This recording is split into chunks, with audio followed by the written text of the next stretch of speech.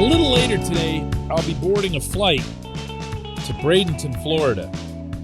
And I'll do so with a clear head, or at least as clear as one's head can get when covering this particular franchise. Good morning to you. Good Monday morning. I'm Dejan Kovacevic of DK Pittsburgh Sports. This is Daily Shot of Pirates. It comes your way bright and early every weekday. If you're into football and or hockey, I also offer daily shots of Steelers and Penguins, which I hope you'll also check out. Officially, the Pirates get going with spring training, meaning their first workout, tomorrow. And that'll happen at Lee Com Park, the former McKechnie Field, as opposed to Pirate City. So some things are going to be a little bit different in this truncated spring. That's part of it. The fact that they're starting Grapefruit League exhibitions on Friday is part of it. And the most significant component, of course, is that they just won't be going as long, since the season opener is April 7 in St. Louis, less than a month away. But I'm here to attest, not completely promise, but attest that I'm not even waiting until tomorrow to make a pledge that I'm going to stick to baseball. Why? Because I've always found a way to stick to baseball. Because you also have found a way to stick to baseball, to have pressed play on a podcast called Daily Shot of Pirates. You're totally busted. You can't even argue the point. You're here. You're here. There's nothing you can say in your defense. Once this team gets going, once this season gets going, it's not going to be about payroll. It's not going to be about the owner. It's not going to be about salary cap or labor or anything to that effect. It's going to be about baseball. Is it right to turn the page like that? Yeah, probably not, to be honest with you. And there are going to be things that come up along the way that are just directly related to all that stuff.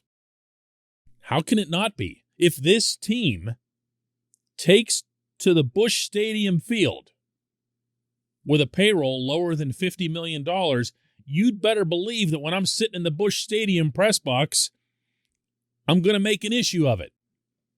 And when you see the inevitable Carlos Correa or Freddie Freeman signings with the Dodgers or the Yankees, or, by the way, the Yankees or the Dodgers, yeah, there's an issue to be made there.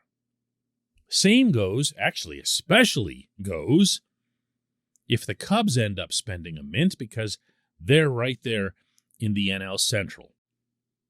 But what happens to me, and speaking only for myself in this regard, is I'll get to Bradenton and I'll be surrounded by baseball.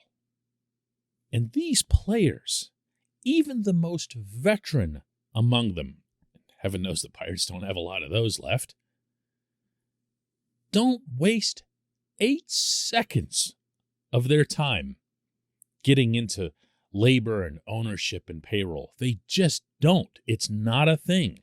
I have people ask all the time, do the players talk about nutting? No, it just doesn't come up. And I'm not even talking about on the record, off the record. It's just not a thing. They are consumed with baseball. And what happens to anyone, well, again, just speaking for myself, what happens to me in that environment is the same thing. This portion of Daily Shot of Pirates is brought to you by our friends at North Shore Tavern. That's directly across Federal Street from PNC Park. It's home of Steak on a Stone, an eating experience, underscoring the word experience. The steak is brought to you partially cooked on an 800-degree stone, and you do the rest. It's a ton of fun, it's a great meal, and it's a baseball atmosphere like no other in Pittsburgh. North Shore Tavern, right across Federal Street from PNC Park. Fast forward to Busch Stadium. Go right ahead. Try to picture the Pirates against the Cardinals that day, whatever the pitching matchup is and everything else. When you're watching that, it's going to be about what happens from inning to inning. It's going to be about the choice of the starting pitcher. It's going to be about Derek Shelton's terrible lineup. It's going to be about a mistake that somebody makes in the field or on the base paths. And yeah, somewhere in the side of your mind, there'll be, if only they would have went and spent this and that, they wouldn't have had Anthony Alford in right field. It'll be that kind of thing. But it'll still be about baseball. And my feeling, I've been in touch with a lot of fans of this franchise for a lot of years, is that most of you, if not all of you, will be the same way. The people who tend to focus or even outright fixate on payroll tend to be people, when you ask them to name the Pirates center fielder, they'll say like Andrew McCutchen or Andy Van Slyke. They're not really paying attention. They might someday. They could be latent fans. We saw a lot of those rise up from 2013 to 2015. But they're certainly not going to be the types to center on the actual baseball.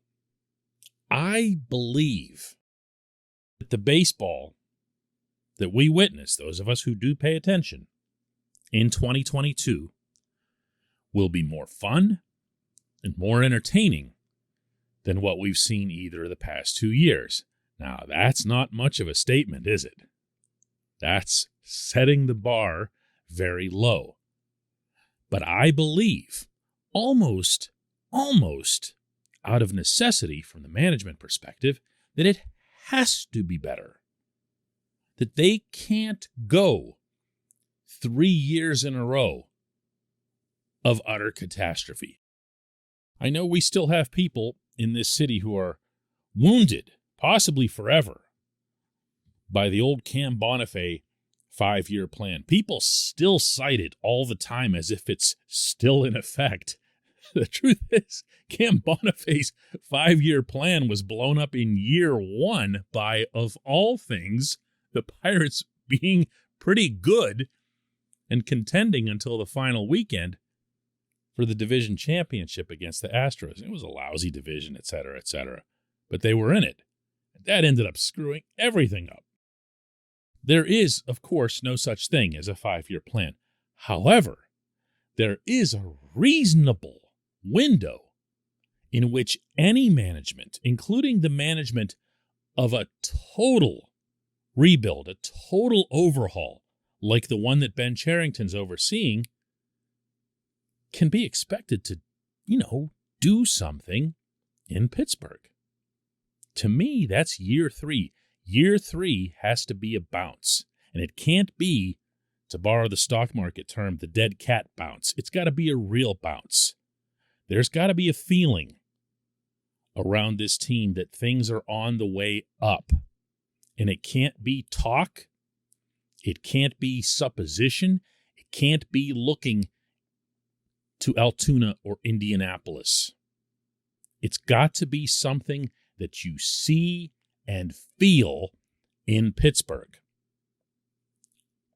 I have reasons to expect that'll be the case, even as I am overloaded with reasons to expect that it won't result in anything close to contending or even being competitive in the Central.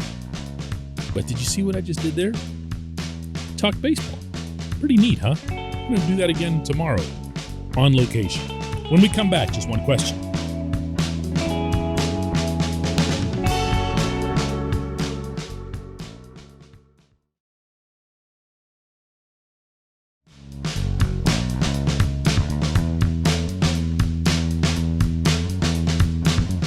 Welcome back. Time for J1Q, and today's comes from John Eustace, who asks, good morning, Dan. With free agency heating up, is there any chance at all the PBC adds to its roster for this season, or will they stand pat and cheap? Both actually are the case, John. Going in reverse, they will stand pat and cheap when it comes to the base of their roster. I don't think you're going to see this payroll crack $50 million. I think it's going to be an all-time embarrassment. At the same time, there are elements of the roster that require outside additions, and you're not going to do that just through waiver claims and the like. I do believe you'll see the Pirates pursue a free agent starting pitcher. I do not believe it's going to be someone of consequence. I think it's going to be more along the lines of the Tyler Anderson type that they brought in last year. And by the way, he was a nice find in addition to being cost effective and then producing an actual trade result by the deadline. I think that's the kind you're going to see, someone who's essentially a guarantee against the younger guys either flopping or getting hurt or doing different things with how the rotation is structured. If there's guys who can't get you enough innings, maybe you start doing some of that spring training type piggybacking that we're seeing from the Rays and other teams, and just, going about it a little differently. I have no doubt that the Pirates have to go to the outside to add relief pitching. I like the back end. I don't see how anybody couldn't. With David Bednar, Chris Stratton back there, Sam Howard is a lefty. But you're going to need more than that. I've been on record as saying I wouldn't mind seeing Richard Rodriguez brought back, but it's going to take more than him. As for the diamond, that's where it gets a little trickier, because you also don't want to add people that are going to bump or even necessarily significantly challenge youngsters. The youngsters just flat out have to play. This isn't a matter of trying to create an atmosphere of competition at the top level. So what are you really looking at? You're looking at first base. You're looking at right field. You're probably looking at another catcher. At least I hope they're looking at another catcher, because for whatever Roberto Perez can get you behind the plate, he most certainly cannot get you at the plate. And first base, I guess you have to say 1B/DH when you say it, because if the Pirates' plan for Yoshi Tsutsugo is to have him play some first base, you're going to need someone else in that mix. Either one. But preferably, ideally, an actual first baseman, someone who can field the position. That also seems like a free agent get. So if I say back to you, John, well, yeah, they're going to be active in free agency, and I just leave it there, like that's the punctuation, I'm basically lying to you. I think they will be active. I think they are going to sign X number of free agents.